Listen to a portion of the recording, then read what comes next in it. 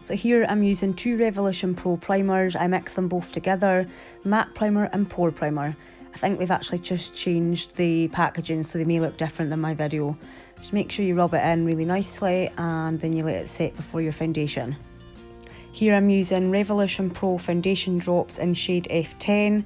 It's a lightweight foundation, it's buildable. I like it that you can still see your skin rather than caked on look for me personally. I use a damp Real Techniques sponge to dab it into my skin and spread it out. Again, it's easily buildable to the coverage that you would like. I quite like that it's a dewy sort of semi-matte finish. And as you can see, I'm speaking in a video because I decided then to do a voiceover instead. Because the video was far too long as usual with me speaking too much. I'm using Revolution Conceal and Define Concealer, shade C6.5. It's good for covering under eye bags, but you have to work quick because it does set fairly quickly. So a damp Real Techniques sponge does well with that. And I do think it is really good for like a £5-6 I think that it is. I use translucent pressed powder from Revolution Pro. Use that just to take away any shininess from my T-zone, which I often get. It's again quite cheap and works quite well. On my eyebrows, I use Revolution Pro brow pomade in ash brown. I use an angled Real Techniques brush. It's just, I like building it up a little bit. I'm not always the best at it, but and it does take a while sometimes to get your brows to look right. But again, this is for my Merida look, so this is not a normal full base makeup or eyebrows that I would normally do. And as they often say, eyebrows should be sisters, not twins, which is I think the case for a lot of us, and sometimes doing my eyebrows drives me absolutely nuts. And it's even harder trying to do it on a camera and looking in a mirror at the same time. So do excuse the close-ups of my mug, but it's just to give you an idea what I did for the makeup for my Merida look on Friday. I often use a pomade or pomade, however you say it, as a starter, and then I will come in with the Revolution Pro eyebrow pencil, which I'm doing right now. It's got a really fine tip. I can't remember what colour this is because it doesn't have it on the pen, but I think it's like a dark brown. It's really good for defining individual eyebrow hairs. So I don't have anything that's auburn or red-haired coloured in an eyebrow pencil or pomade, so I improvised and used some Makeup Revolution eyeshadow that was a orangey, auburny sort of colour, layered over the browns that I've already got on my eyebrows. It's actually come out a really quite natural looking red-headed tinted eyebrow.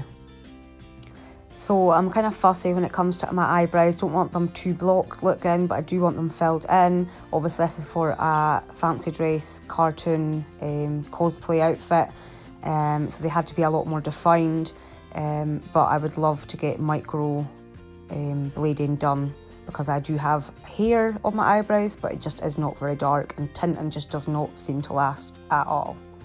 Normally it doesn't take me this long to actually do my eyebrows because I am changing the colour. Obviously for a cosplay fancy dress it has taken a little bit longer, but I think the overall result, it looks odd just now without the wig, but the overall result does look quite good in the end. So I'll go back in with the Makeup Revolution Pro eyebrow pencil just to create a little bit more definition and make it a browny, auburny colour. Then for eyeshadow, as Merida does not wear really any makeup, I just thought I'd buff in some really light natural colours from the first Soph collaboration with Makeup Revolution. Taking a Real Techniques fluffy brush, on my eyes I just layered a couple of very similar shades up and put some into the socket, blending up towards the eyebrow. Very, very natural and quite quick and easy to do really.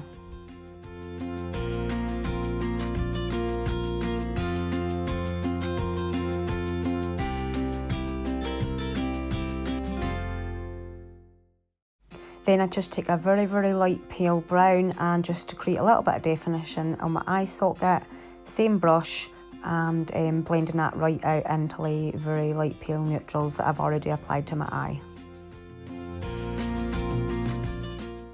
I used Collection Makeup Extreme liner felt tip pen just to create a little bit of definition around my eyelashes and again create that Disney character sort of look. And it's luck of the draw sometimes if this goes on okay, but it was quite hard doing it on camera and into the mirror, but it seemed to have gone, thankfully, alright.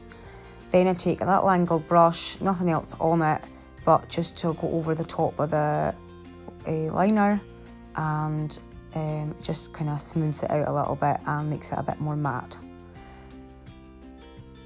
I add a little bit of the smudginess of a dark eyeshadow underneath my eyes just to sort of blend it in a little bit. Look, see what happens when you're trying to do makeup in the mirror and on camera. The mascara I'm using is Primark's Amplified Definition Volume and Lift Mascara. I quite like it, so I just do a few coatings of that, and on my bottom lashes as well. Not that they're very thick, but never mind. Merida, as I say, doesn't wear much makeup, so you're just wanting to create a little bit of definition for that character, for your outfit, and nothing too over the top. After I finish my mascara, then it's time for the infamous Merida freckles. Now, I actually already have freckles, but obviously putting a little bit of makeup on covers some up, and with being a character you're wanting them to be more defined, so I'm actually using the Makeup Revolution Pro eyeliner pencil that I actually used on my eyebrows to create some more defined freckles along the front of my face. I did some darker and some lighter just by using different pressure, just to create them a little bit more natural, but also quite defined so they do actually show up as part of the character costume. Don't do what I did and press too hard and snap a bit off.